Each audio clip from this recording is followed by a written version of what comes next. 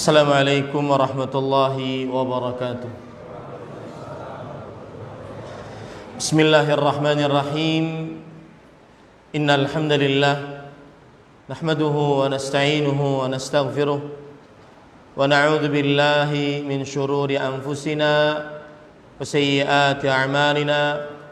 Man yahdihillahu fala mudilla lahu wa man yudlil fala hadiya lahu. Wa ashhadu an la ilaha illallah wahdahu la syarika lah wa ashhadu anna Muhammadan abduhu wa rasuluh. Ya ayyuhalladzina amanu taqullaha haqqa tuqatih wa la tamutunna illa wa antum muslimun. Ya ayyuhan nasu taqu rabbakumul ladzi khalaqakum min nafsin wahidah wa khalaqa minha zawjaha وبث منهما رجالا كثيرا ونساء واتقوا الله الذي تساءلون به والأرحام إن الله كان عليكم رقيبا يا أيها الذين آمنوا اتقوا الله وقولوا قولا سديدا يصلح لكم أعمالكم ويغفر لكم ذنوبكم ومن يطع الله ورسوله فقد فاز فوزا عظيما أما بعد فإن أصدق الحديث كتاب الله وأحسن الهدي هدي محمد صلى الله عليه وعلى آله وسلم وشر الأمور محدثاتها وكل محدثة بدعة وكل بدعة ضلالة وكل ضلالة في النار. Alhamdulillah, kita bersyukur pada Allah Subhanahu wa taala pada hari ini Sabtu Ahad malam Senin 24 Rajab 1440 Hijriah, kita dimudahkan oleh Allah Subhanahu wa taala untuk duduk bersama di Masjid Al-Muttaqin dalam kajian Islam ilmiah membawa tema inginkah Anda dicintai oleh Allah Subhanahu wa taala. Salawat dan salam semoga selalu Allah berikan kepada Nabi kita Muhammad sallallahu alaihi wa ala alihi wasallam, pada keluarga beliau, para sahabat serta orang-orang yang mengikuti beliau sampai hari kiamat kelak. Dengan nama-nama Allah yang husna dan sifat-sifatnya yang ulia, kita berdoa, Allahumma inna nas'aluka ilman nafi'an wa rizqan tayyiban wa amalan mutaqabbala. Wahai Allah, sesungguhnya kami mohon kepada Engkau ilmu yang bermanfaat, rezeki yang baik, dan amal yang diterima. Allahumma amin. Ahibati hafizakumullahu ta'ala, pada kesempatan kali ini kita membahas tema inginkah Anda dicintai oleh Allah Subhanahu wa ta'ala. Jadi tema ini adalah yang mencintai Allah Subhanahu wa taala, dan yang dicintai adalah hamba makhluk Allah Subhanahu wa taala. Jadi kita tidak membicarakan tema yang mencintai hamba, dan yang dicintai adalah makhluk Allah Subhanahu wa taala. Tetapi kita membicarakan yang mencintai adalah Allah, dan yang dicintai adalah hamba. Berarti di sana ada dua macam. Yang pertama, kecintaan seorang hamba terhadap Allah, dan yang kedua adalah kecintaan Allah terhadap seorang hamba. Maka yang kita bicarakan adalah poin kedua, kecintaan Allah terhadap seorang hamba. Karena terkadang ada seorang hamba yang mengaku cinta kepada Allah, tetapi ternyata Allah Subhanahu wa ta'ala tidak mencintainya.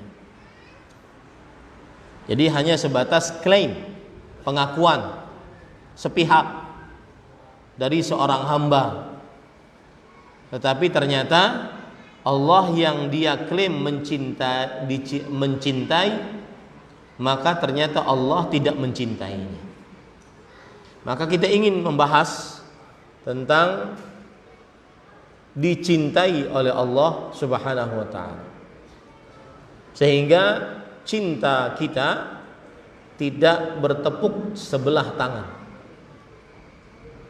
Sebagian manusia mengaku cinta kepada Allah, tetapi ternyata dia tidak dicintai oleh Allah Subhanahu wa ta'ala. Sama seperti seorang lelaki mengaku bahwa dia cinta kepada perempuan tersebut, ternyata si perempuan tidak mencintainya.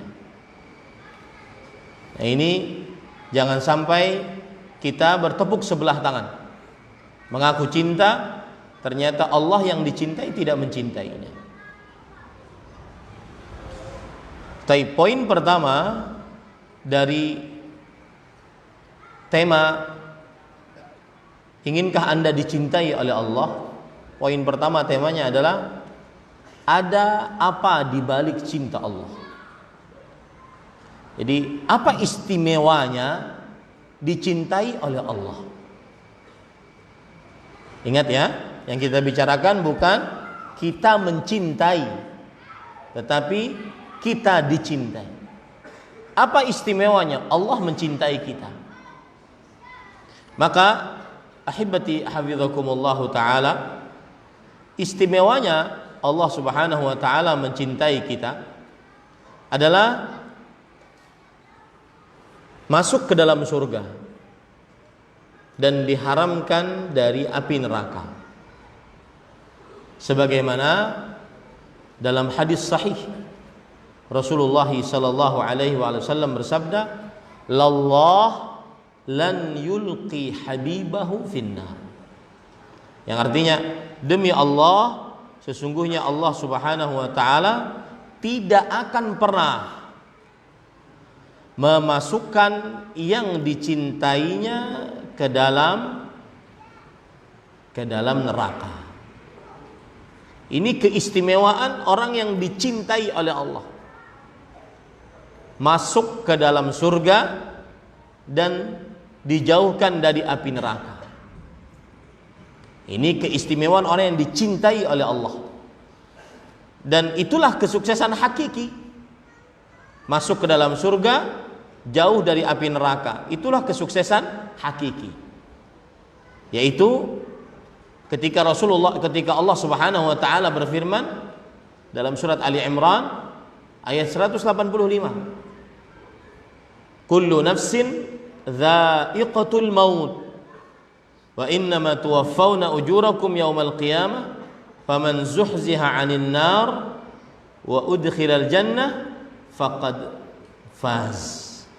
Barang siapa yang dimasukkan ke dalam setiap yang bernyawa pasti merasakan kematian, dan sesungguhnya pahala kalian akan diberikan secara sempurna pada hari kiamat.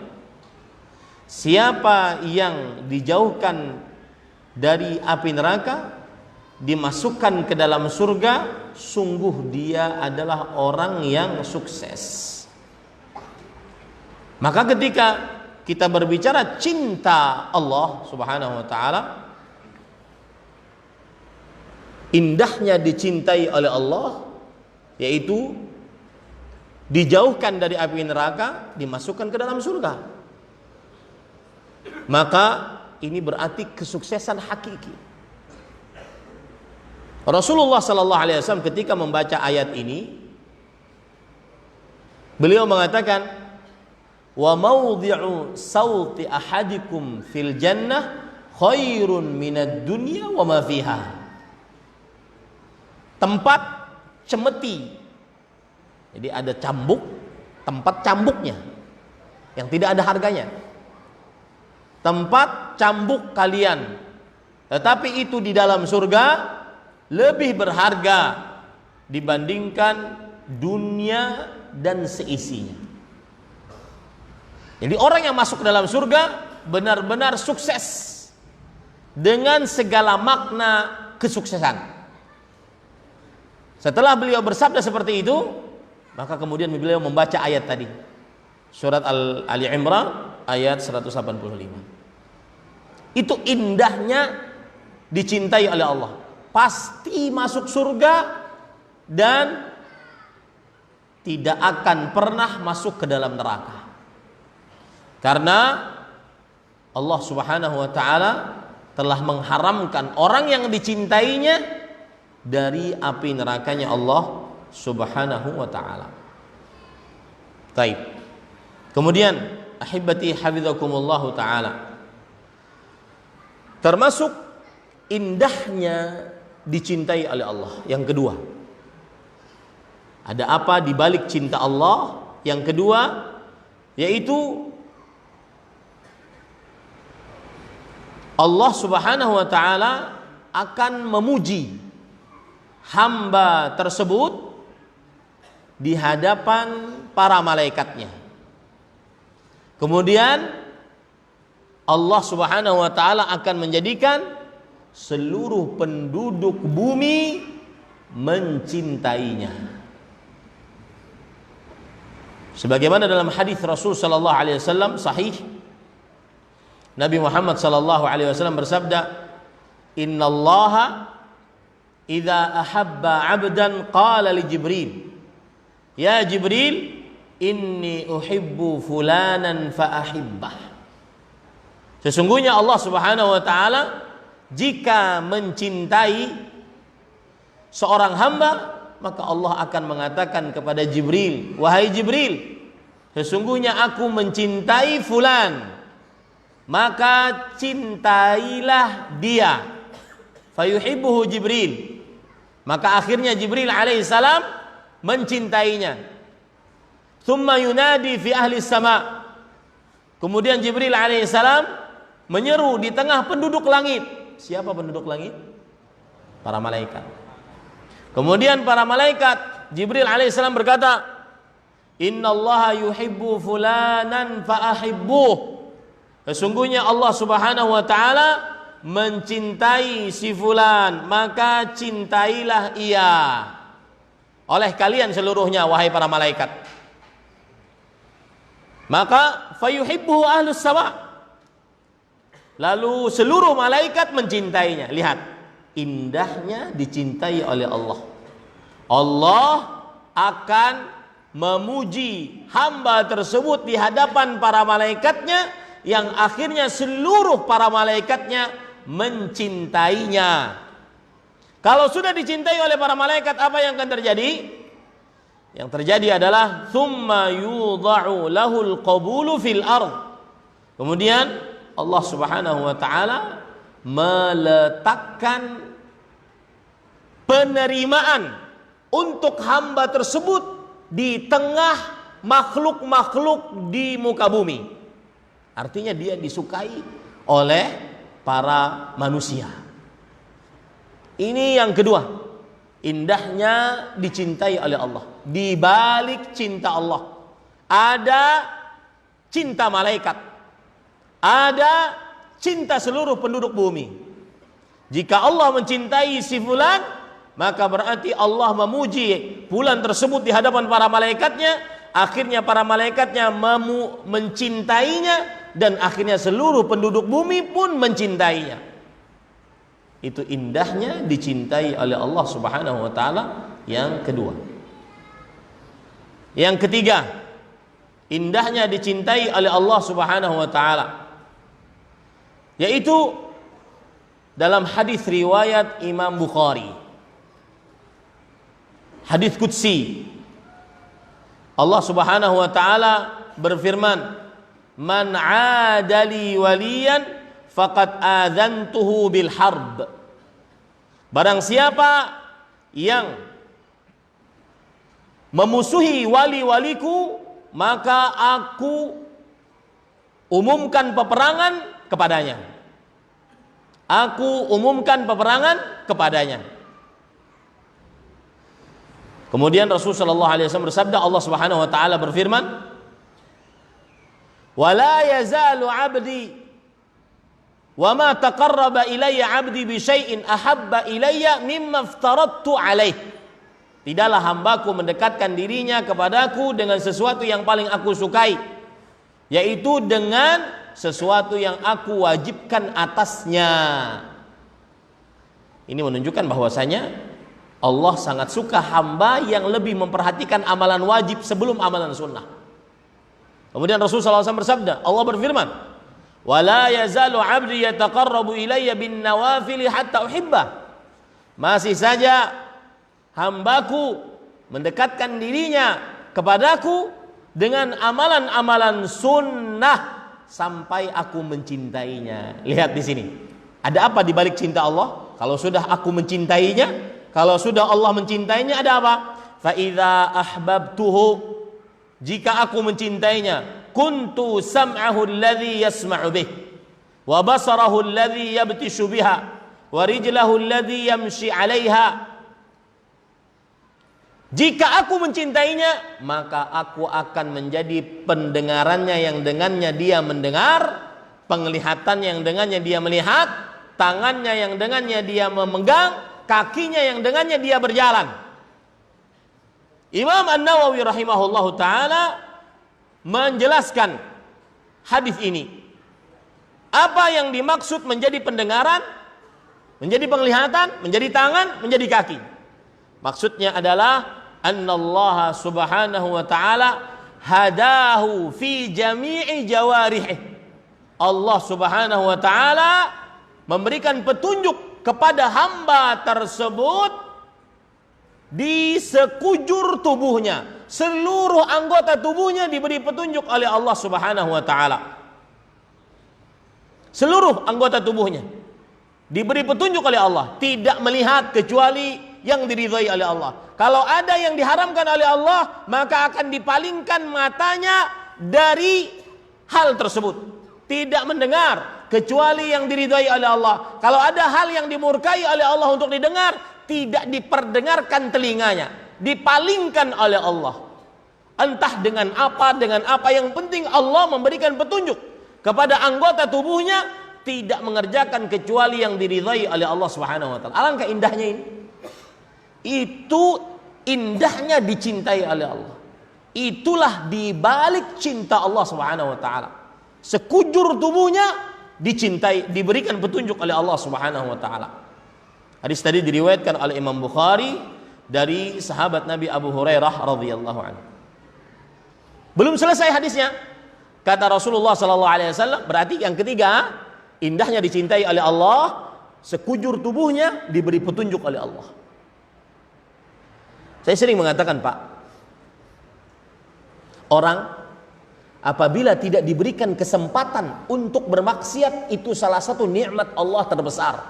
Lebih besar dia mendapatkan harta bertumpuk, emas kiloan, rumah megah, mobil mewah. Seseorang jika dimudahkan untuk mengerjakan ketaatan dan dimudahkan untuk menjauhi maksiat, itu nikmat Allah lebih besar daripada dunia dan seisinya. Seseorang diberikan pekerjaan oleh Allah, ditakdirkan oleh Allah untuk bekerja dengan pekerjaan yang halal. Karena ada orang yang bekerja di pekerjaan yang haram, dia tahu itu haram. Saya ini tahu Ustaz haram, tapi kalau saya tinggalkan, saya nanti besok makan apa? Nah, ketika ada orang yang tidak diberikan kesempatan untuk bermaksiat, maka pada saat itu nikmat dari Allah. Itulah petunjuk atas sekujur tubuhnya. Saya pernah mendapati, dan ini hanya sebatas cerita, jangan sampai dikerjakan. Orang mencari duit, Pak, dengan jualan korek. Nyari duit dengan jualan korek. Satu batang koreknya 10.000. Kok bisa satu batang korek 10.000? Kenapa? Karena jualannya di tempat yang gelap. Ketika korek tersebut dinyalakan, di hadapannya wanita telanjang. Ada orang berjualan seperti itu. Ada orang mengais rezeki seperti itu. Nah, ketika Anda tidak diberikan kesempatan untuk bermaksiat seperti itu nikmat Allah. Dan saya di sini berpesan. Sering saya katakan ini, dan ini penemuan disebutkan oleh Imam Ibnu Qudamah Al-Maqdisi dalam kitab beliau Mukhtasar Minhajul Qasidin. Sebagian orang, ini masalah bersyukur karena kita menyinggung nikmat tadi. Sebagian orang mengucapkan alhamdulillah, bersyukur hanya saat mendapatkan nikmat yang khusus. Adapun nikmat yang umum dia anggap itu bukan nikmat, tidak ada nilainya di hadapan dia. Saya beri contoh. Kita bernafas. Itu hampir semua dari kita. Semua dari kita, tidak ada hampir. Semua dari kita mendapatkan nikmat nafas. Tapi jarang orang bersyukur atas nikmat nafas. Kenapa? Karena semuanya dapat. Kapan kita bersyukur dengan nikmat nafas? Ketika kita masuk ke dalam ruangan baunya wangi. Ada nikmat khusus. Dari udara yang biasa masuk ke dalam ruangan dengan udara yang wangi, baru bersyukur. Sebagian orang bersyukurnya seperti itu, Pak. Ketika mendapat nikmat khusus baru bersyukur. Ya, saat mendapatkan nikmat umum tidak bersyukur. Contoh motor. Orang punya motor, hampir semua orang punya motor. Tapi jarang dia bersyukur. Kapan dia bersyukur? Kalau punya motor besar. Baru dia bersyukur kepada Allah Subhanahu wa taala. Istri, seorang punya istri. Jarang dia bersyukur punya istri. Tapi ketika sudah ada istri kedua baru bersyukur. Karena beda dengan laki-laki lain. Padahal istri yang pertama ini adalah nikmat Allah yang luar biasa baginya.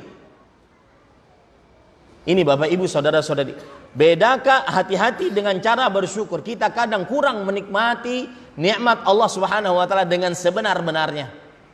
Hanya bersyukur saat diberikan nikmat khusus. Saat diberikan nikmat umum semua manusia merasakannya, tidak bersyukur kepada Allah Subhanahu wa taala. Kembali kita ke permasalahan tadi. Nah, salah satu indahnya dicintai oleh Allah adalah seseorang diberikan oleh Allah sekujur tubuhnya petunjuk. Tidak berjalan kecuali yang diridhai oleh Allah. Tidak mendengar, tidak memegang kecuali yang diridhai oleh Allah Subhanahu wa taala. Ini para ikhwah yang dirahmati oleh Allah Subhanahu wa taala. Taib. Itu yang ketiga. Indahnya dicintai oleh Allah. Yang keempat, indahnya dicintai oleh Allah Subhanahu wa taala adalah doanya senantiasa kabul. Doanya senantiasa kabul. Tidaklah dia berdoa kecuali dikabulkan oleh Allah. Rasulullah SAW bersabda dalam lanjutan hadis tadi, wa in sa'alani la u'tiyannah. Sungguh jika ia meminta kepadaku, maka sungguh aku akan benar-benar memberikan kepadanya. Di situ ada dua penekanan. In disebut dalam bahasa Arab jika, bahasa Indonesia jika. Dan jika ini adalah kata syarat. Jawaban syaratnya maka. Tidak ada maka sebelum jika. Jika ia meminta kepadaku, maka langsung. Dan apabila maka, jawaban syaratnya dalam bentuk fi'il mudhari', kata kerja yang sedang terjadi, menunjukkan kepada kelangsungan dan keniscayaan, pasti dan selalu. Lihat, pasti dan selalu. Artinya selalu apabila dia meminta, selalu dikabulkan oleh Allah. Jika ia meminta kepadaku, wa in sa'alani la u'tiyannah, sungguh aku akan benar-benar selalu memberinya. Indahnya dicintai oleh Allah, doanya kabul. Apa tadi kaidahnya? Apabila maka jawaban syarat dalam bentuk kata kerja yang sedang terjadi, maka menunjukkan kepada keniscayaan dan kelangsungan serta terus berlangsung. Maka jadilah orang-orang yang berusahalah untuk menjadi orang-orang yang pilihan Allah, dicintai oleh Allah dari sekian manusia yang diciptakan oleh Allah Subhanahu wa taala. Yang lanjutan dari hadis tadi, Rasulullah SAW bersabda, wala in ista'adzani la u'idzanna. Ini sama. Jika ia minta perlindungan kepadaku, sungguh aku akan benar-benar langsung selalu melindunginya. Doanya kabul. Indahnya dicintai oleh Allah, doanya kabul. Mari kita ulangi. Yang pertama, indahnya dicintai oleh Allah apa? Pasti masuk surga, diharamkan dari neraka. Yang kedua, indahnya dicintai oleh Allah apa? Dicintai oleh para malaikat dan seluruh penduduk bumi. Yang ketiga, indahnya dicintai oleh Allah apa? Seluruh sekujur anggota tubuhnya diberikan petunjuk oleh Allah. Karena ada kadang-kadang orang, Pak, salah gaul, salah tempat. Orangnya baik, takut kepada Allah, salah kawan akhirnya. Akhirnya mengerjakan hal yang diharamkan oleh Allah Subhanahu wa taala. Ya. Seperti yang saya singgung tadi, bahwasanya salah satu nikmat Allah terbesar seseorang tidak diberikan kesempatan untuk bermaksiat. Diberikan cara mencari rezeki yang halal. Ini nikmat Allah Subhanahu wa taala. Saya yakin tuh para penyanyi, para biduanita ya, yang suka joget-joget, sampai kepada dia ceramah para ustadz tentang haramnya hal tersebut. Saya yakin sekali. Tapi kenapa sulit meninggalkannya? Kenapa sulit? Karena dia dapat duit dari situ. Dia bisa hidup makan dari situ. Maka ketika Anda tidak diberikan kesempatan untuk bermaksiat seperti itu nikmat Allah. Ketika Anda diberikan kesempatan hanya mencari rezeki, walaupun dengan cara, walaupun hasilnya sedikit, maka itu nikmat dari Allah Subhanahu wa taala. Dijauhkan, tidak diberi petunjuk untuk bermaksiat, tidak dimudahkan untuk bermaksiat. Di sebuah negeri, saya berbicara di sebuah negeri. Di sebuah negeri ada tempat lokalisasi, kemudian mau ditutup oleh pemerintah setempat tempat lokalisasi tersebut. Apa yang terjadi, Pak? Yang terjadi demo. Untuk apa? Mempertahankan. Kami akan perjuangkan tempat ini sampai titik darah penghabisan. Semestinya yang seperti itu, slogan seperti itu dilakukan saat berjihad. Ini saat mempertahankan tempat lokalisasi. Coba, kenapa itu bisa terjadi? Karena dia makan dari situ, Pak. Nah, ketika Anda tidak diberikan kesempatan untuk mencari makan dengan cara seperti itu nikmat Allah. Paham maksud saya enggak? Nah, itulah nikmatnya petunjuk. Itu indahnya petunjuk yang kadang kita tidak sadari. Yang keempat, doanya dikabulkan oleh Allah Subhanahu wa taala. Yang kelima, Bapak Ibu saudara-saudari yang dimuliakan oleh Allah Subhanahu wa taala, orang yang dicintai oleh Allah Subhanahu wa taala, indahnya maka dia senantiasa akan jauh dari murka Allah Subhanahu wa taala.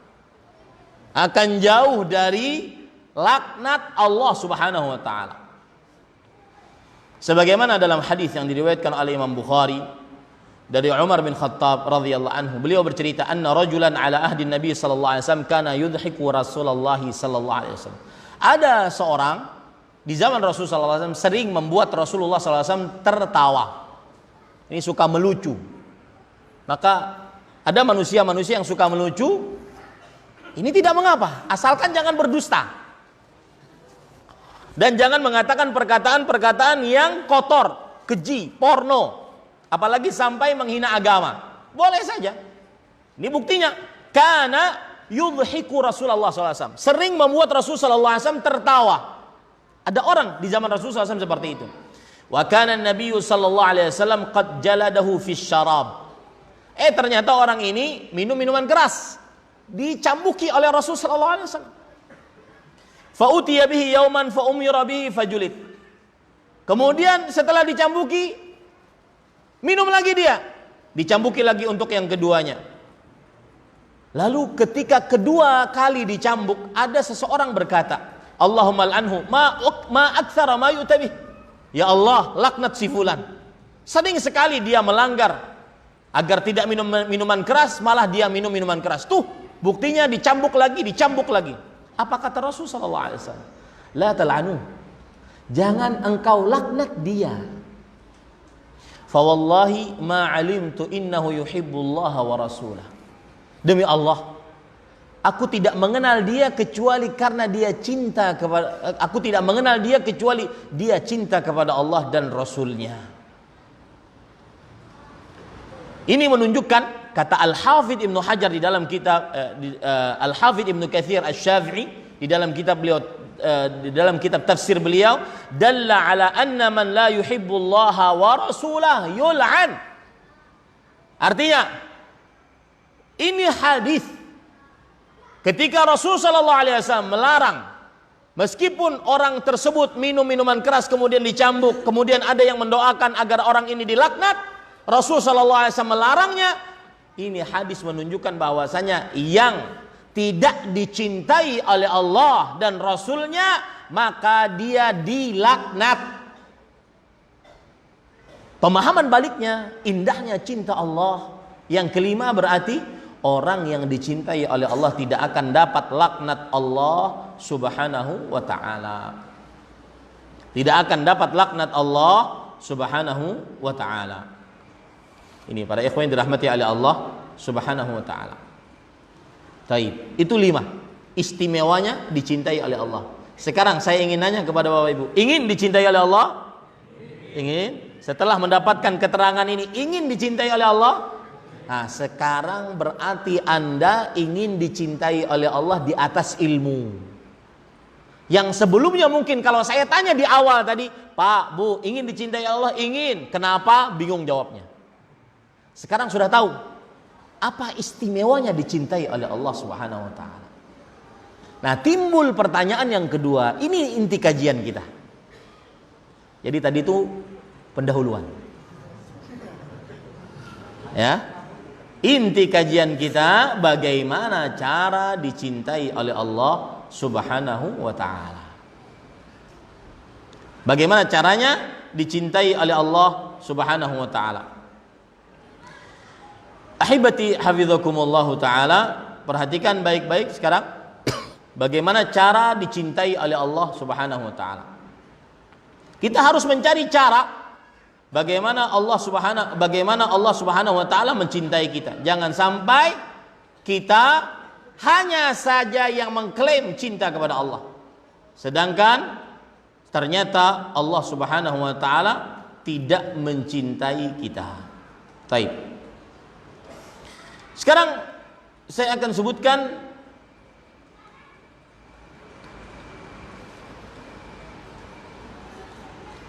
apa saja amalan yang mendatangkan cinta Allah Subhanahu wa taala. Bentar. Materinya hilang.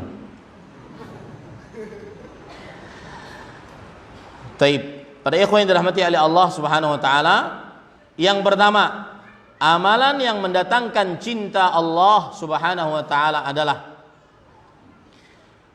mengerjakan hal-hal ataupun amalan-amalan yang disukai oleh Allah Subhanahu wa taala. Mengerjakan amalan-amalan yang dicintai oleh Allah Subhanahu wa taala. Seperti membaca Al-Quran dengan bertadabbur. Membaca Al-Quran dengan bertadabbur. Ini mendatangkan cinta Allah Subhanahu wa ta'ala. Allah Subhanahu wa ta'ala berfirman di dalam surat Muhammad ayat 24. Afala yatadabbaruna al-Qur'an am ala qulubin aqfaluha. Yang artinya, apakah mereka tidak mentadaburi Al-Quran atau hati-hati mereka tertutup? Atas hati-hati mereka ada penutupnya. Membaca Al-Quran dengan mentadaburinya adalah mendatangkan cinta Allah Subhanahu wa taala. Kenapa demikian? Karena Al-Quran adalah kalamullah. Dan seseorang apabila mencintai Allah, mencintai sesuatu, maka dia sering menyebutkan sesuatu tersebut. Man ahabba syai'an aktsara min dzikri. Siapa yang mencintai sesuatu, dia banyak mengingat sesuatu tersebut. Nah, barang siapa yang mencintai Allah, dia banyak membaca firman Allah Subhanahu wa taala. Tidak akan pernah bosan. Maka sekarang introspeksi diri masing-masing. Yang mengaku cinta kepada Allah, kira-kira berapa persen dari 24 jam yang Allah sediakan sehari semalam kita gunakan untuk membaca firman Allah Subhanahu wa taala? Saya tidak tahu apakah ini sholat isya dulu, adzan dulu tapinya. Silahkan adzan dulu. Ya, adzan baru setelah itu dilanjutkan.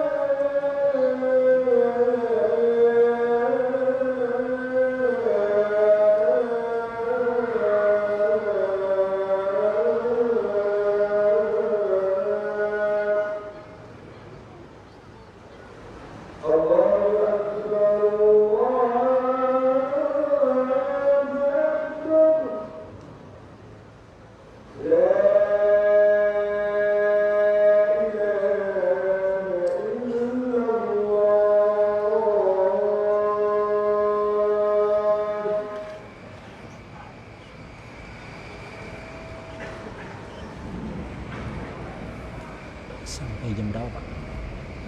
7 sampai gimana Ustaz? Sampai jam berapa? Ya, saya ikut Ustaz materinya habis kira-kira jam berapa? Oh gitu. Ya, setengah jam. Ya. Sampai jam setengah 8. Sekarang 7 seperempat, kamu jawab ya. Oke. Apa saya sampaikan ke? Iya. Iya. Sampai 7.15. 7.15. Terus tanya jawab 15 menit. Ya. Saya sampaikan. Nggak usah, nggak perlu Pak, nggak perlu. Biar saya. Ya, kita lanjutkan. Tadi kita katakan bahwasanya kalau ingin mendatangkan cinta Allah kepada diri kita, maka kita harus mengerjakan apa yang dicintai oleh Allah Subhanahu wa taala. Dan amalan yang dicintai oleh Allah Subhanahu wa taala adalah membaca Al-Qur'an dengan tadabbur. Karena kenapa demikian? Karena Al-Qur'an firman Allah. Dan seseorang ingin dicintai oleh Allah, maka semestinya dia membaca firman Allah Subhanahu wa taala. Maka itu berarti mendatangkan cinta Allah Subhanahu wa taala. Baik. Amalan yang kedua yang mendatangkan cinta Allah Subhanahu wa taala adalah beragama yang ikhlas hanya kepada Allah Subhanahu wa taala. Sebagaimana dalam hadis yang disebutkan di dalam kitab Sahihul Jami' dari Abdullah bin Abbas radhiyallahu anhuma. Rasul sallallahu alaihi wasallam bersabda, "Ahabbul adyani ila Allah al-hanifiyatus samhah." Ajaran yang paling dicintai oleh Allah. Berarti mendatangkan cinta Allah. Ajaran yang paling dicintai oleh Allah adalah al-hanifiyah. Hanifiyah artinya hanif, lurus. Ikhlas hanya kepada Allah. Tauhid hanya kepada Allah. Yang dituju hanya Allah Subhanahu wa taala dalam seluruh pekerjaan ibadah kita. Ini mendatangkan cinta Allah Subhanahu wa taala. Maka salah satu cara dicintai oleh Allah adalah beribadah hanya kepada Allah. Menjadi manusia yang hanifan, yang lurus, beribadah hanya kepada Allah sebagaimana disebutkan dalam surah Al-Bayyinah ayat 5, "Wa ma umiru illa liya'budullaha mukhlishina lahuddin." Habis itu hunafa. Dan tidaklah manusia diperintahkan kecuali untuk beribadah dengan ikhlas hanya kepada Allah, lurus menegakkan agama Allah Subhanahu wa taala. Ingin dicintai oleh Allah, bertauhidlah. Ingin dicintai oleh Allah, jauhkanlah dari riya. Ingin dicintai oleh Allah, tujukanlah segala macam ibadah hanya untuk Allah Subhanahu wa taala. Ini yang kedua. Yang ketiga, ingin dicintai oleh Allah, maka beribadahlah yang sesuai dengan petunjuk Rasul sallallahu alaihi wasallam. Jauhkan diri dari perbuatan bid'ah, mengada-ngada, baik itu dalam ibadah ucapan, ibadah perbuatan, ibadah harta, ibadah hati. Maka segala macam ibadah dikerjakan sesuai dengan petunjuk Rasulullah sallallahu alaihi wasallam. Apa dalilnya? Surat Ali Imran ayat 31. Allah Subhanahu wa taala berfirman, "Qul in kuntum tuhibbunallaha fattabi'uni yuhibbukumullah." Katakan wahai Muhammad sallallahu alaihi wasallam, jika kalian mencintai Allah, maka ikutilah aku, yaitu Nabi Muhammad sallallahu alaihi wasallam.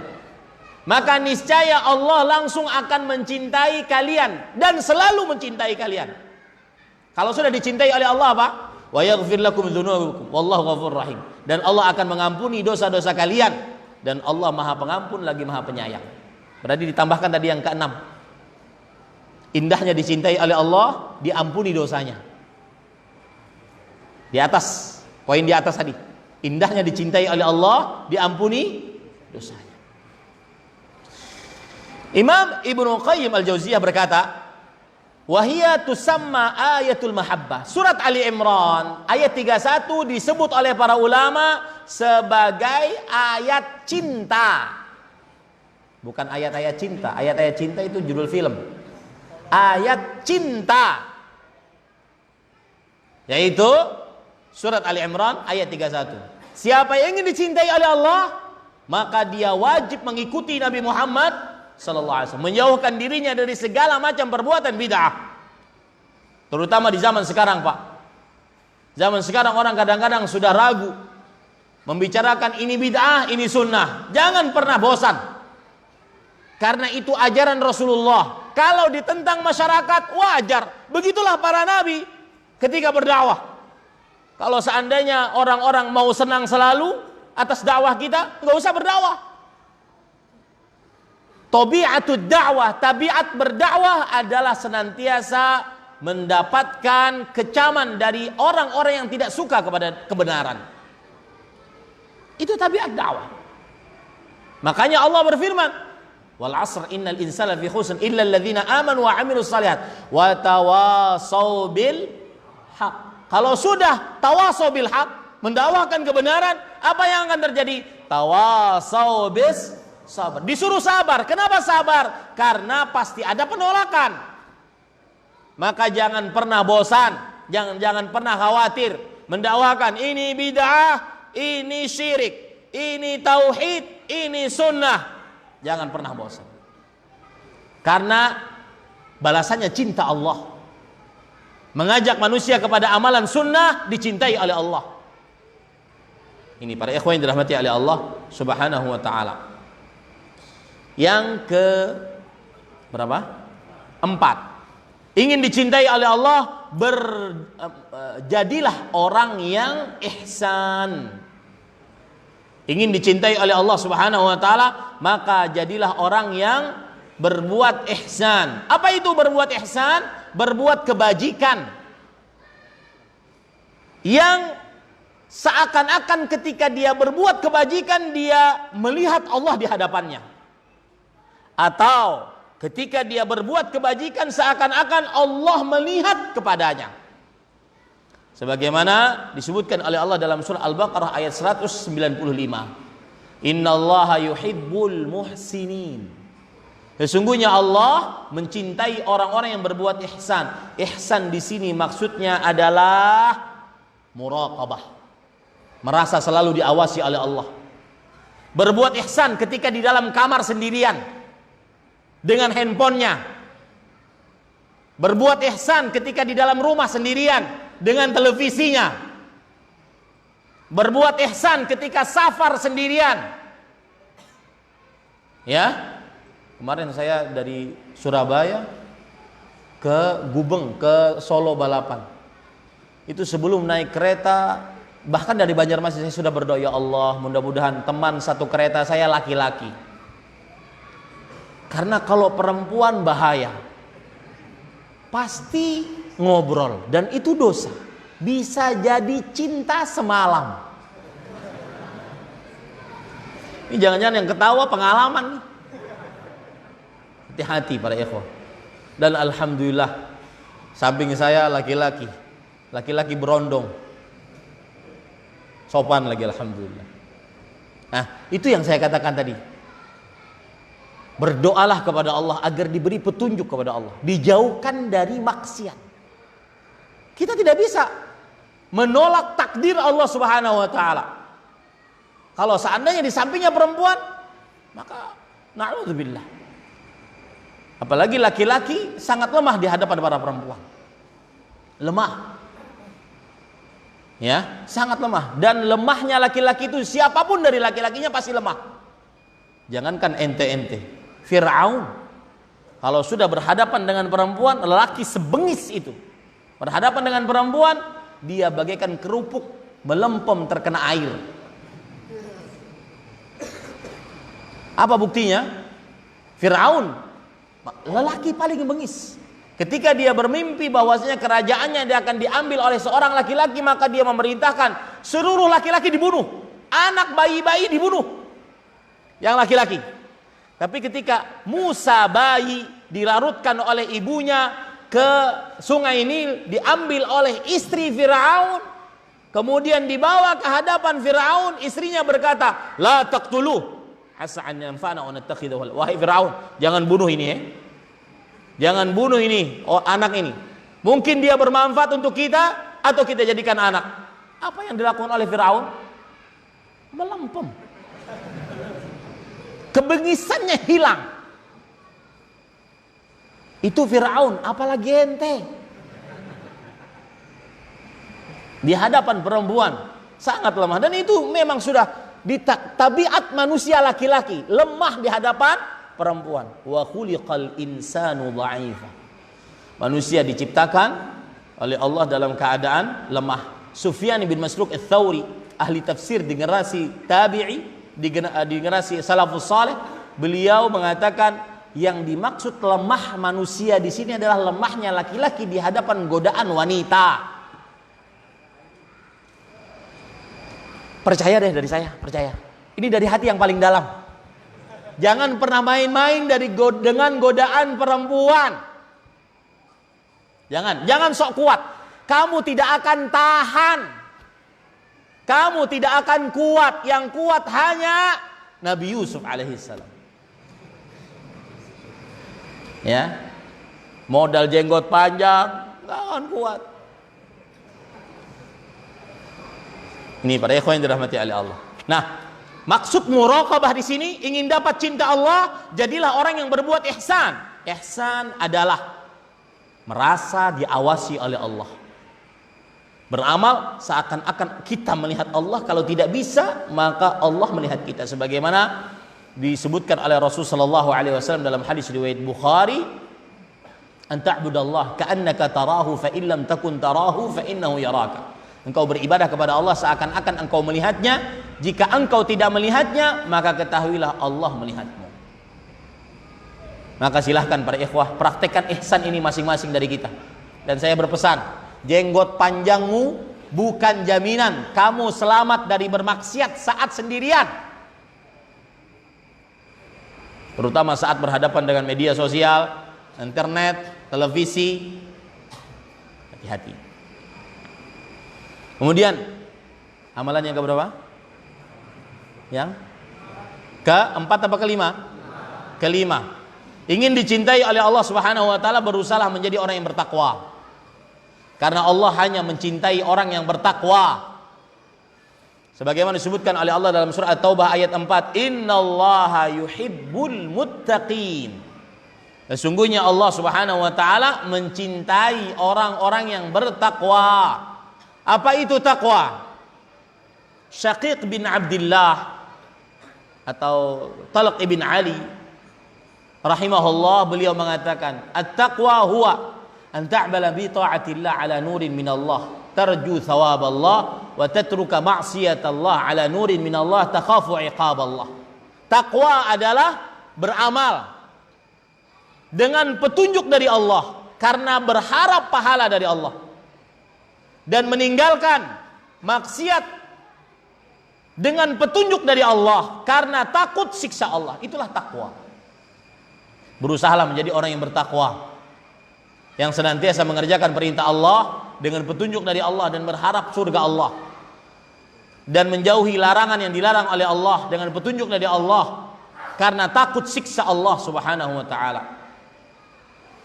Kemudian yang keenam, ingin dicintai oleh Allah, maka berusahalah menjadi orang yang sebenar-benar tawakal. Sebenar-benar tawakal. Apa itu tawakal? At-tawakkulu huwa as-siqatu billah ma'a fi'lil asbab. Tawakal adalah yakin dengan Allah disertai dengan melakukan sebab. Itu namanya tawakal. Yakin dengan Allah disertai melakukan sebab. Seperti misalkan burung. Saya pernah diundang ke Brunei, Pak. Di samping, di depan masjid itu ada pohon. Pohon itu, ini yang menariknya, sesuai dengan hadis Rasul sallallahu alaihi wasallam. Sebelum subuh, kalau kita mau salat subuh, kita datang sebelum subuh. Kemudian azan subuh kita datang, itu burung-burung masih ada di situ. Bunyi di pohon tersebut. Setelah sholat subuh sudah habis burung tersebut. Keluar dia mencari makanannya, bertawakal kepada Allah dengan mengerjakan sebab. dia yakin Allah Subhanahu wa taala memberikan rezeki kepadanya. Kemudian sore hari sebelum azan maghrib dia sudah datang lagi, persis seperti hadis Rasul sallallahu alaihi wasallam. Dalam riwayat Muslim, "Lau annakum tawakkaluna 'ala Allah haqqa tawakkuli, la razaqakum kama yarzuqut thair taghdu khimasan wa taruhu bitanan." Kalau seandainya kalian bertawakal kepada Allah dengan sebenar-benar tawakal, maka niscaya Allah Subhanahu wa taala akan memberikan rezeki kepada kalian. La razaqakum. Ini sama, Pak. Ya, jikalau maka. Ini maka ini kalimat apa tadi saya katakan? Kalimat syarat. Jika syarat. Tidak akan ada maka kalau tanpa syarat. Ya. Jika kalian bertawakal dengan sebenar-benar tawakal, maka Allah akan memberikan rezeki kepada kalian. Syarat Allah memberikan rezeki tawakal. Tidak ada rezeki langsung tanpa tawakal. Sebagaimana Allah memberikan rezeki kepada burung keluar di pagi hari dalam keadaan perut kosong, pulang dalam keadaan perut terisi. Lihat bagaimana tawakalnya seekor burung. Dari sisi tubuhnya, dia cuma punya 2 kaki, 1 mulut, tidak ada tangan seperti bapak ibu. Satu. Yang kedua, badannya pun terbatas. Tidak bisa seleluasa manusia. 2. Yang ketiga, makanannya pun terbatas.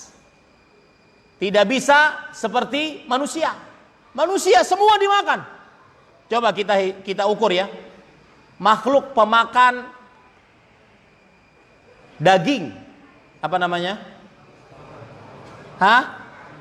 Karnivora, masuk manusia di dalamnya. Makhluk pemakan tumbuhan, herbivora, masuk manusia di dalamnya. Makhluk pemakan apa saja, omnivora, manusia masuk di dalamnya. Ya, artinya kesempatan kita untuk lebih bisa bertawakal kepada Allah lebih besar dibandingkan kesempatan burung. Bahkan ada makhluk baru. Bilang ini ke Dekbud, ada makhluk baru. Makhluk pemakan api. Siapa dia? Namanya menuso. Ini orang yang api dimakan, subhanallah. Kurang apa lagi coba? Nasi sudah, ya, tumbuhan sudah, daging sudah, sampai api dimakan. Kurang apa lagi Allah Subhanahu wa taala memberikannya. Semestinya manusia lebih bertawakal dibandingkan burung.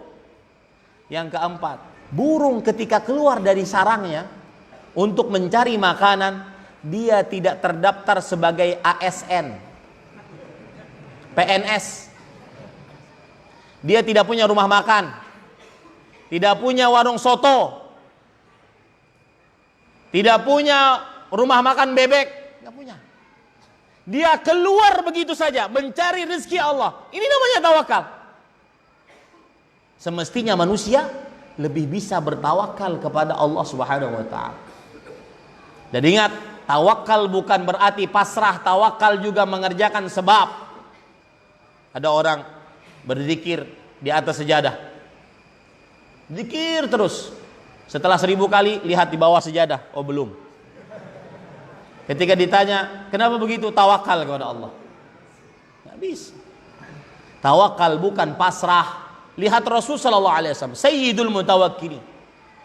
Beliau pemimpinnya orang-orang bertawakal. Bagaimana hidupnya? Ketika perang Uhud, apa yang terjadi? Zahara baina dir'ain yaum Uhud. Beliau memakai 2 lapis baju perang pada hari Uhud. Padahal beliau nyata-nyata pasti dijaga oleh Allah, tapi tetap saja bertawakal. Ini menunjukkan tawakal tidak menafikan sebab. Ya? Nah, orang yang bertawakal dicintai oleh Allah Subhanahu wa taala sebagaimana dalam surat Ali Imran ayat 159. Innallaha yuhibbul mutawakkilin. Sesungguhnya Allah Subhanahu wa taala mencintai orang-orang yang bertawakal.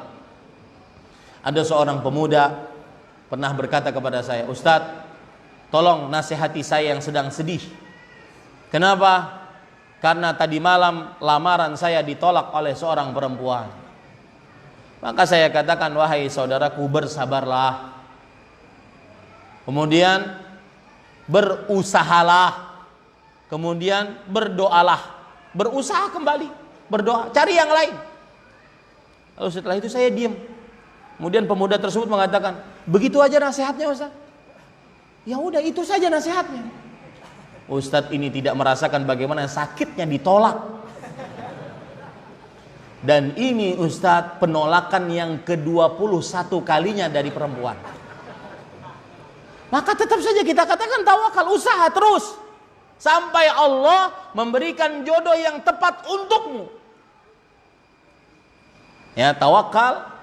Makanya seorang muslim tidak akan pernah mengenal kata putus asa, karena dia mencari cinta Allah.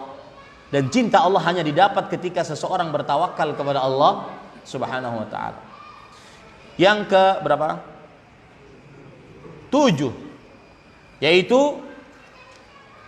cinta Allah akan didapat dengan mengerjakan apa yang diridhai oleh Allah. Pekerjaan yang diridhai oleh Allah adalah bersabar atas musibah yang Allah berikan kepada seorang hamba. Sebagaimana disebutkan oleh Allah Subhanahu wa taala dalam surat Ali Imran ayat 146. Wallahu yuhibbus sabirin. Sesungguhnya Allah Subhanahu wa taala menyukai orang-orang yang sabar, mencintai orang-orang yang sabar. Bersabarlah kepada Allah.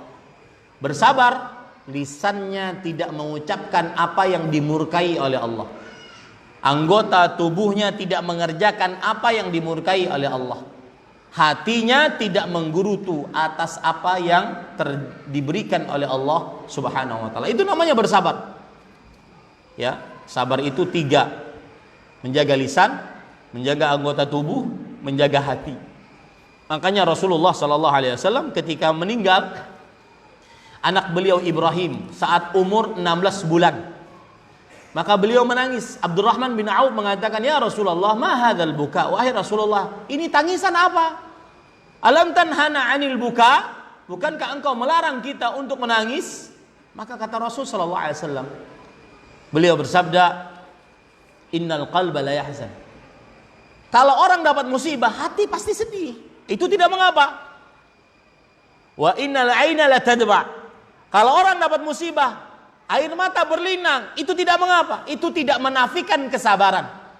Wala naqulu illa ma yurdi rabbana. Tetapi lisan kita tidak mengucapkan kecuali yang diridhai oleh Allah. Makanya ketika kita mendapatkan musibah yang kita dapatkan tersebut kita balas dengan ucapan apa?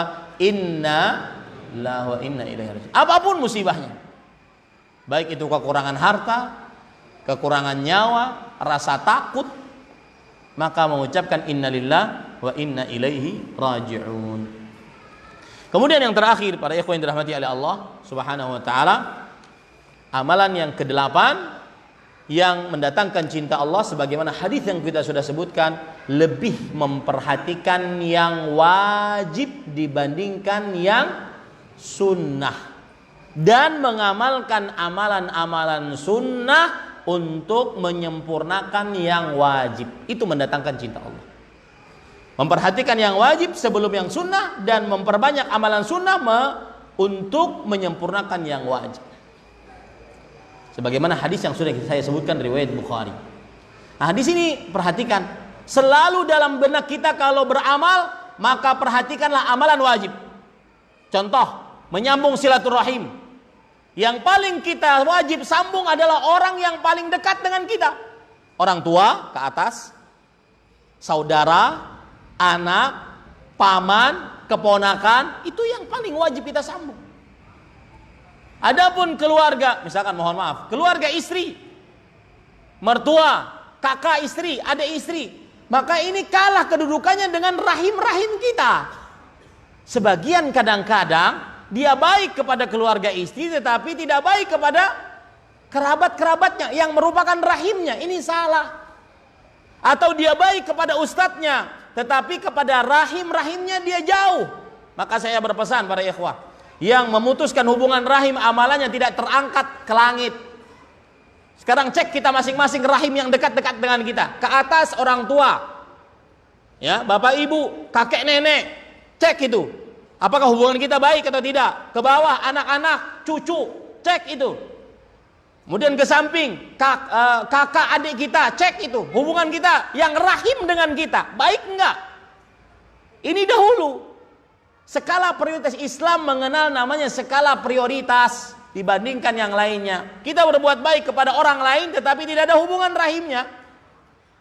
Dan kadang-kadang berbuat kepada yang rahim sekedarnya dibandingkan kepada yang lainnya. Contoh, dia telepon kakak kandungnya. Assalamualaikum kak, waalaikumsalam. Saya sudah lama tidak teleponan sama kakak. Alhamdulillah kata kakaknya. Ada apa dek? Itu ada hadiah buat kakak di rumah kak. Silahkan ambil. Apa hadiahnya? Kulkas. Alhamdulillah katanya si kakak. Tapi kak sebelum dipakai masukkan ke bengkel dulu. Sebagian orang ketika berhubungan baik dengan yang semestinya dia hubungi, dia sekedarnya bahkan bekas. Tapi ketika dengan orang lain, dengan ustadz, dengan kawan, dengan pembantu, ya, dia berbuat baik. Ini salah, keliru ini dalam hal seperti ini. Islam mengenal namanya skala prioritas, dahulukan yang wajib sebelum yang sunnah, dan perbanyak yang sunnah agar menambal yang wajib. Wallahu alam. Ini kira-kira yang bisa saya sampaikan tentang inginkah Anda dicintai oleh Allah Subhanahu wa taala, dan kita berdoa semoga kita dicintai oleh Allah Subhanahu wa taala. Apakah orang yang baik sekali namun bukan Islam itu masuk surga ataukah neraka? Pasti neraka. Kenapa bisa pasti? Berdasarkan nas dari Al-Quran, hadis Rasul. Allah Subhanahu wa taala berfirman dalam Al-Quran, wa qadimna ila ma amilu min amal faja'alnahu haba'an manthura. Dan kami hadapkan amalan-amalan orang kafir di hari kiamat, maka kami jadikan amalannya tersebut seperti debu-debu yang berterbangan, tidak akan diterima. Sebaik apapun, sedermawan apapun, sesantun sopan apapun, sebagaimana disebutkan oleh Allah dalam surah Al-Furqan ayat 23 tadi. Begitu juga Allah Subhanahu wa taala berfirman, "Wa ma mana'ahum an tuqbala minhum nafaqatum illa annahum kafaru billah." Dan tidak ada yang menahan mereka diterima dari mereka amalan-amalan mereka kecuali karena mereka kufur terhadap Allah. Syarat mutlak diterima amal, iman, tauhid, akidah. Rasul sallallahu alaihi wasallam pernah ditanya oleh Aisyah radhiyallahu anha, riwayat Muslim, "Ya Rasulullah, ibnu Jud'an kana fil jahiliyah yasilur rahim wa yut'imut ta'am. Hal nafi'uhu dzalik?" Wahai Rasulullah, ibnu Jud'an orang di masa jahiliyah, dia sering menyambung hubungan rahim, memberi makan kepada orang miskin. Apakah amalannya tersebut bermanfaat di akhirat? Maka kata Rasulullah SAW, la yanfa'uh, tidak bermanfaat untuknya. Li'annahu lam yakul yauma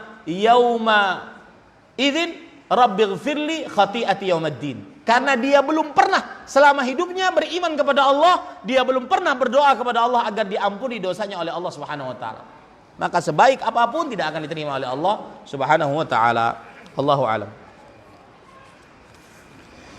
Mohon minta nasihatnya, teman saya baru saja hijrah, apa yang harus pertama kali dilakukan?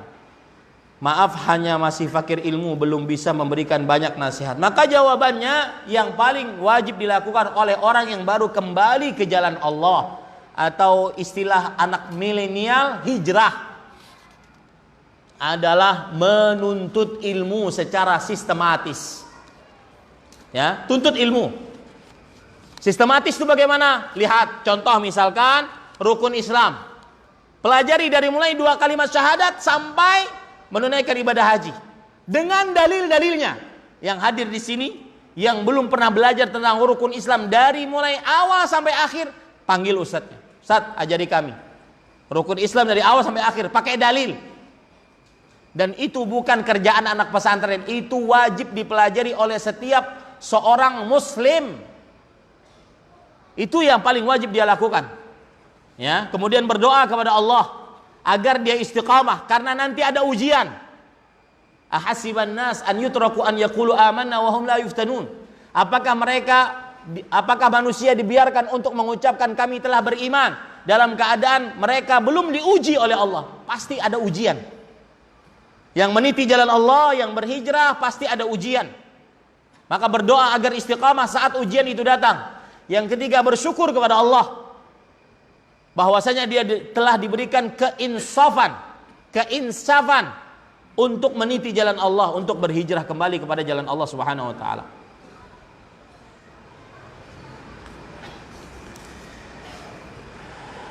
Kebetulan saat datang panggilan, saat perjalanan di tengah jalan, hujan turun. Kebetulan saya dengan istri saya, dan hanya dapat ada jas hujan, baju dan celana. Apakah boleh seorang akhwat memakai jas hujan berbentuk baju dan celana? Maka jawabannya, ahibati hafizakumullahu ta'ala, apabila celana tersebut membentuk tubuhnya, maka dijauhi. Biarkan dia basah, dalam keadaan basah, sehingga meskipun biarkan dia basah, asalkan dia tidak memakai pakaian yang tidak membentuk tubuhnya. Karena Rasulullah SAW melarang wanita-wanita memakai pakaian tetapi telanjang. Siapa mereka memakai pakaian tapi telanjang? Wanita memakai pakaian yang ketat sehingga tubuhnya terlihat atau bentuk tubuhnya terlihat. Allahu a'lam.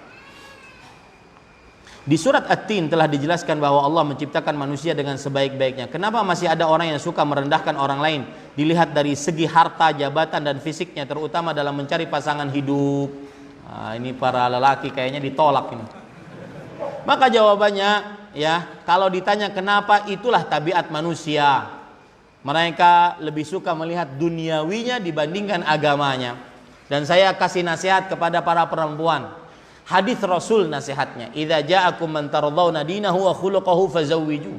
Jika datang kepada kalian laki-laki yang baik agama dan akhlak, maka nikahkanlah ia dengan anak perempuan kalian.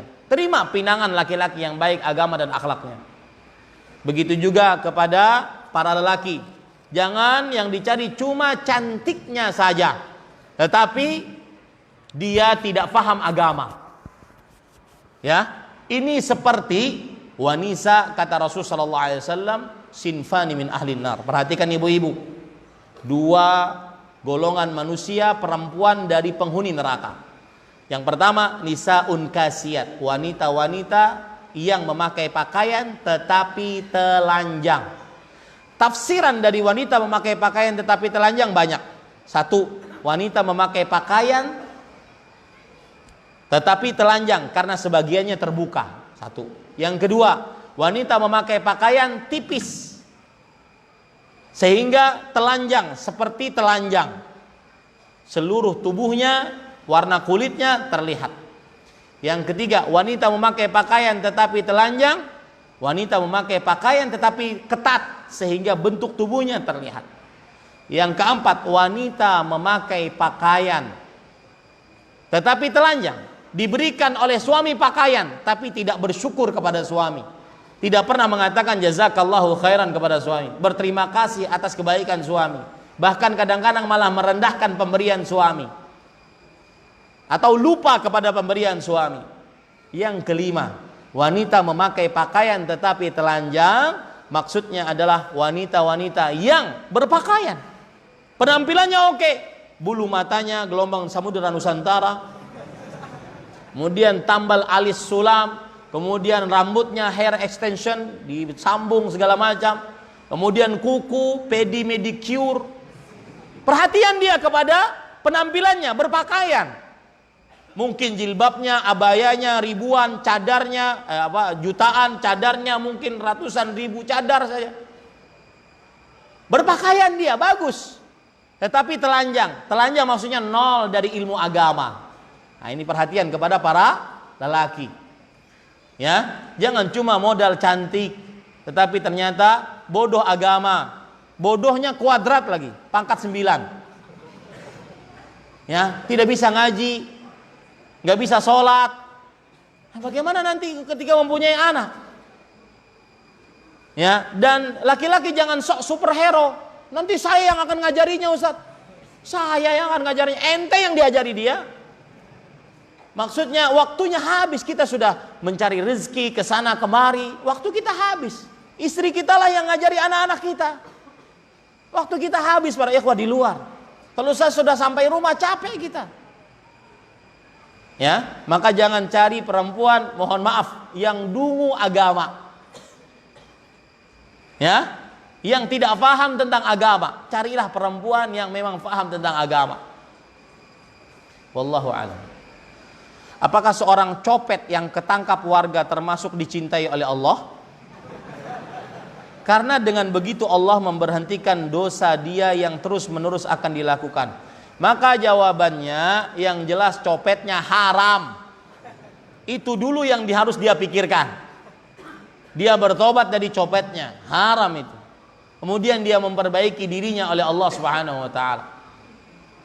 Ya, karena kalau seandainya dia berpikiran seperti ini, oh saya diberitahu oleh Allah berarti Allah cinta kepada saya. Dia lupa bertobat nantinya. Dia lupa mengambil harta orang, bertobat dari mengambil harta orang. Ya, wallahu a'lam. Saya seorang mahasiswa di salah satu kampus salaf di Surabaya. Mohon nasihatnya Ustadz yang syarah saya ingin lanjut ke Madinah. Mohon nasihatnya dan kiat-kiatnya. Maka mendaftar mendaftar online. Sekarang belum ada lagi untuk pendaftaran secara manual, syekhnya tidak datang ke Indonesia, maka mendaftarlah secara online. Dan perhatikan, yang ingin ke Madinah, ikhlaskan niat. Ikhlaskan niat untuk menuntut ilmu. Ikhlaskan niat untuk menghilangkan kebodohan dari diri dan dari orang lain. Bukan untuk dianggap sebagai alumni Madinah. Ikhlaskan niat. Ya. Wallahu a'lam. Ayah saya perokok, jika diingatkan saya tidak berani. Bagaimana solusinya? Mohon doanya agar diberi hidayah sunnah dan berhenti merokoknya untuk ayah saya. Dengan nama-nama Allah yang husna, sifat-sifatnya mulia, kita berdoa semoga seluruh orang tua kita diberikan petunjuk untuk mengerjakan apa yang dicintai oleh Allah Subhanahu wa taala. Adapun nasihat, nasihatilah dengan baik, dengan bahasa yang santun, dengan diajak berpikir tanpa harus mengajari seperti mengajari orang di bawahnya. Diambil perasaannya, ya. Kalau seandainya ayah berhenti merokok, maka mungkin uangnya tersebut bisa digunakan untuk berumroh. Kalau seandainya ayah berhenti merokok, mungkin uangnya tersebut bisa digunakan untuk beramal saleh dan semisal. Kemudian juga jangan lupa berdakwah dengan dalil. Mohon maaf yang masih merokok di sini, ya. Maka pendapat yang lebih kuat, dia diharamkan oleh Allah. Karena Allah berfirman, wala tulqu biaidikum ila tahluka. Janganlah kalian jerumuskan diri kalian kepada kebinasaan. Dan merokok membinasakan. Bahkan sebelum diganti sekarang iklan dari pemerintah, merokok membunuhmu. Dan tidak ada suatu bahan yang diproduksi dalam sebuah pabrik keluar dalam keadaan tidak layak pakai, tidak layak makan kecuali rokok. Makanya dia tidak ada masa berlaku. Lihat saja, ada yang bawa rokok sekarang? Gak ada masa berlaku. Kalau ini ada masa berlaku, ya, tidak ada masa berlakunya rokok tersebut. Kembali dari poin kelima dari keistimewaan dicintai oleh Allah, yaitu mendapatkan murka Allah, tentang hadis sahabat peminum khamar yang dicambuk Rasulullah sallallahu alaihi wasallam.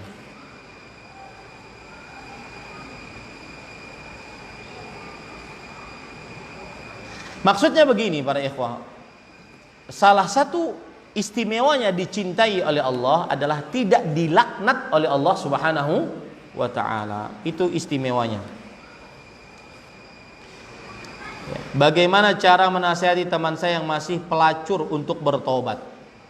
Maka jawabannya yang paling pertama, doakan dia, kasihi dia. Ada seorang pemuda di zaman Rasulullah SAW, ini saya terenyuh. Beberapa hari yang lalu saya mendengar kajian dari Al-Ustaz Al-Syekh Al-Allamah Profesor Dr. Abdul Razak bin Abdul Muhsin Al-Badr hafizahumullah ta'ala. Beliau mungkin merasa terenyuh dengan keadaan para pemuda di zaman sekarang. Memang sangat ironi.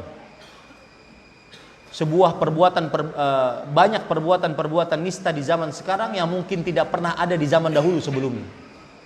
Perempuan menjajakan dirinya seenaknya di media sosial, memperlihatkan kemolekan tubuhnya, bergoyang erotis di media sosial seenaknya. Kekejian, kenistaan yang tidak pernah ada sebelumnya di tengah para pemuda. Maka beliau menangis. Maka beliau katakan, wahai para pendakwah, wahai para orang tua, tarik anak-anak mudamu dengan kasih sayang, dengan kelembutan. Doakan dia.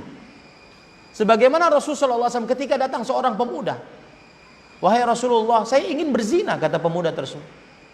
Maka Rasulullah SAW menanggapinya dengan bahasa yang sangat lembut. Beliau mengatakan, maukah engkau dilakukan itu kepada ibumu, kepada saudarimu, kepada bibimu? Maka pemuda tersebut tidak menjawab, tidak mau wahai Rasulullah. Kemudian Rasulullah SAW memegang dada pemuda tersebut. Kemudian Rasulullah SAW mengatakan, Allah maghfir lahu, Allah maghfir dzambahu. Lihat, hafal tiga perkara ini. Hafalkan 3 perkara ini. Allah maghfir dzambahu, wa tahhir qalbahu, wa hassin farjahu. Ya Allah, ampuni dosanya. Makanya saya katakan, teman Anda yang pelacur tadi, doakan agar diampuni dosanya. Sucikan hatinya. Dan bersihkan kemaluannya, jaga kemaluannya. Doakan dia. Tarik dia dengan kasih sayang. Jangan dihinakan, jangan. Yang bermaksiat kalau dinasehati dia tahu itu maksiat. Cuma kadang-kadang dia perlu, kadang-kadang dia syahwat. Maka tarik dengan kasih sayang. Jangan dihinakan. Doakan dia baik-baik. 3 doa tadi.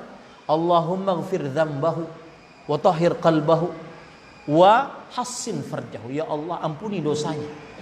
Sucikan hatinya, bersihkan hatinya. Jaga kemaluannya. Ini kira-kira mudah-mudahan kita senantiasa diberikan istiqamah oleh Allah Subhanahu wa taala.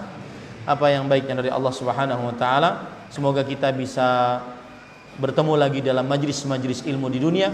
Kalau seandainya tidak berjumpa di dunia, maka saya ucapkan sampai jumpa di surga firdausnya Allah Subhanahu wa taala. Kita cukupkan dengan kafaratul majlis. Subhanakallahumma hamdik, asyhadu an la ilaha illa anta astaghfiruka wa atubu ilaik.